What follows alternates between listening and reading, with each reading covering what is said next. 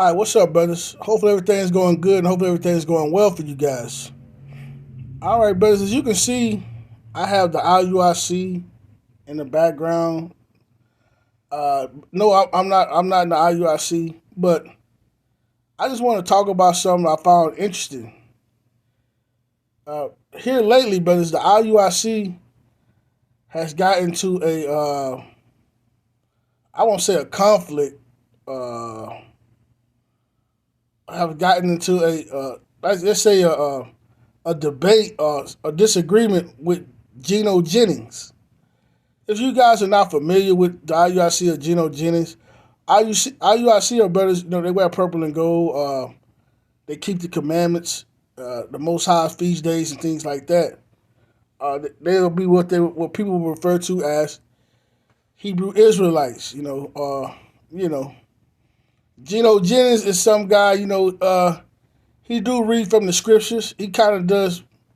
He kind of does what I would summarize as he meshes things together. He got the women wearing dressing modestly. They have to have a covering.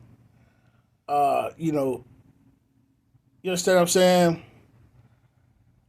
So you understand what I'm saying. So and like I say, but at the end of the day, like I say, he kind of like meshes things. He kind of like meshed things up.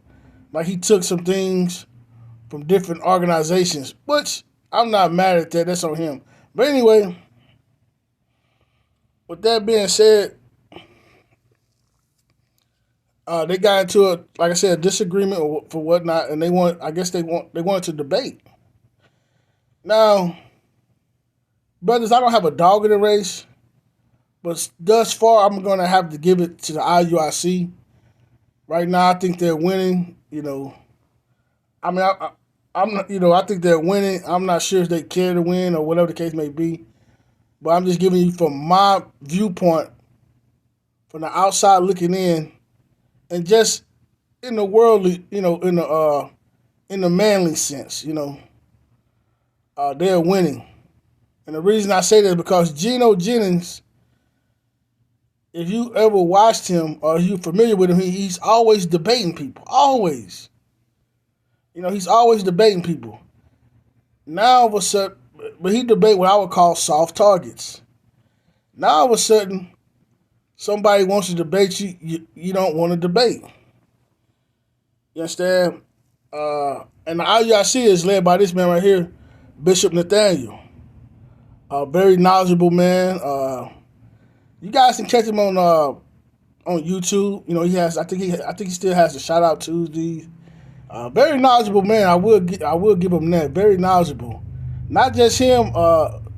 Quite a few of those guys. Quite a few of those guys. But anyway, that's neither here nor there. Like I said, I don't have a dog in the race. But yeah, I just thought I was like, man, I just knew Gino would accept their challenge because that's what he always does. So we're gonna put it into, I would say, a worldly sense. Brothers, if you coming up in the streets and everybody, you see this guy, matter of fact, we'll use it in a boxing term. You see this guy, he's the heavyweight, he's beating everybody. Now all of a sudden somebody comes to challenge him and he's doing everything he can to avoid the fight. You're gonna think differently of him. Like, yo, what's the problem? Like, what are you doing? You understand what I'm saying? But anyway, now they did go to his church. He talks about that. They went to his church, and I understand that you didn't want to go. That he don't want to go outside. But being honest with you, brothers, I don't think Bishop Nathaniel really thought that Gino Jennings was gonna go out in the streets and stop debating this guy. About the scriptures. I really don't think. I really don't think that was the case. I think it was more so to put him on notice. Now, brother, these are just my thoughts. I'm not saying these are actual, factual, and correct. But I think that was just more to put him on notice. Like, look, man, we've been trying to get up with you. We're putting you on notice. What's up? Stop lollygagging. Let's make this happen. Not only that, you put him on notice. Not only that, you put his parishioners on notice. You understand what I'm saying? So now They waiting to see. Now that you're putting the people who are familiar with them on notice. You're putting everybody on notice by putting him on notice. Now everybody's waiting. Those who I would say are sharp and has a good level of self awareness and discernment. All praise is due to the Most High. They're really looking to see how he's going to respond. Anybody else you would battle them, you would debate them. Now it seems as though you're not trying to do that, as if you're trying to backpedal and not trying to debate them. You understand what I'm saying? And I guarantee there's going to be some people in this congregation who's going to look at it from that standpoint. Now, but that's what I think right there. I think it was to put him on notice. Like I say, Gino, I think his best bet is just to leave it alone.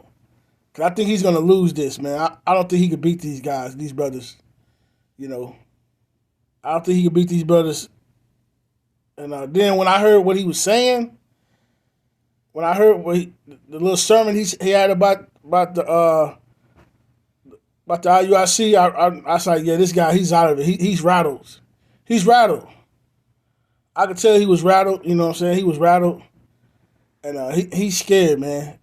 And it is what it is, man. But yeah, I just found it interesting. You know what I mean? Because I just knew Gino. I'm like, yeah, Gino's gonna battle him. But now I want to say this, brothers. I'm not part of the IUIC, but I am into the truth. And I'm going to leave it at that. The brother who brought me into the truth years ago, I say maybe about 5 years ago, I remember me and him talking about Gino Jennings. And I said, you know what's funny? I'm telling the guy who brought me to the truth, the brother, I said, I've never seen him debate anyone from any type of camp. And that's usually what I call, different camps. They usually call them camps, different organizations. You understand what I'm saying? But I said, I noticed he never really battled anybody from a camp, what they would refer to as a Hebrew Israelite, or the Hebrews or whatever, Israel, people who keep the commandments, the brothers who keep the commandments or whatnot. But anyway, and the guy who brought me to the truth, he said the reason for that because he would lose. He would lose. That's what he said. He said he would lose. This is about 5 years ago. Now he actually comes up against the IUIC camp and looks like he's running. You know what I mean? Looks like he's running. So we'll see though, man. Like I'm saying, I'm gonna give the brother the benefit of the doubt. See what he does, but I don't think he's gonna stand up to the challenge. You know what I'm saying? Like I say, I'm gonna just leave it at that, man. Like I say, I got no dog in the race, man, none whatsoever. I got no dog in the race, man. I just found it interesting, and I just wanted to see what he was gonna do, and I just knew Gino would step up to the challenge, because he always talking about I fight anybody, he try to debate. So and then let me answer this, and I'll be done with it.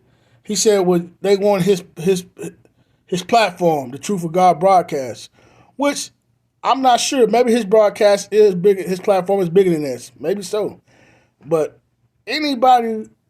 Especially anybody of the truth, IUIC has a big platform. They have a big platform, brothers. You know what I'm saying? So I don't think they need his platform, but maybe his platform is bigger, probably so. But IUIC is a big platform. It's probably one of the biggest, if not the biggest, so-called Hebrew Israelite camp. They probably is the biggest, but whatever the case may be. I don't think they need his